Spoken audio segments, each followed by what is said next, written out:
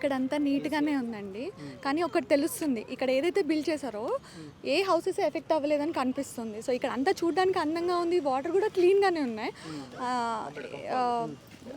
So నాకేమనిపిస్తుంది అంటే ఇక్కడ houses ఏం ఎఫెక్ట్ అవ్వకుండా ప్రాజెక్ట్ చేశారు ఈ ఏరియాలో అని నాకు తెలుస్తోంది.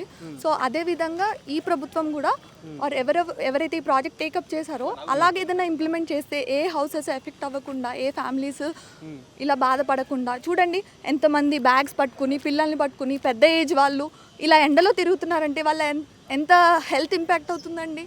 సో అవన్నీ కూడా నేను గవర్నమెంట్ రిక్వెస్ట్ చేస్తున్నాను ఏంటంటే, ప్రాజెక్ట్ ఏదైనా టేకప్ చేస్తే ఎలాంటి డిస్ట్రక్షన్ అవ్వకుండా డెవలప్మెంట్ పర్స్పెక్టివ్లో చేయాలి. ఉన్నదాన్ని డిమాలిష్ చేసి, డిస్ట్రక్ట్ చేసి జరిగే డెవలప్మెంట్ ఏది డెవలప్మెంట్ కాదు. ప్రజలకి ఏది కావాలి, ఏదైనా డెవలప్మెంట్ కావాలండి. ఇప్పుడు మా హౌసెస్ నుంచి మేము బయటకు వచ్చామంటే అది మాకు ఏ రకంగా హెల్ప్ అవుతుంది? మాకేది ఇది యూజ్లెస్ స్టెప్స్ అండి. ఇవన్నీ కూడా మాకు ఏ రకంగానూ హెల్ప్ అవ్వవు, మాకేమీ యూస్ఫుల్ కాదు ఇదంతా కూడా. మేము చాలా టైం స్పెండ్ చేస్తున్నాము, చాలా వర్రీ అవుతున్నాము, చాలా స్లీప్నెస్ నైట్స్ ఉంటున్నాయి. సో ఇవన్నీ మాకు ఏ రకంగానూ యూస్ఫుల్ కాదు, చాలా ఎఫెక్ట్ అవుతున్నాయి. సో ఇది డెవలప్మెంట్ అనుకోవట్లేదు మేము.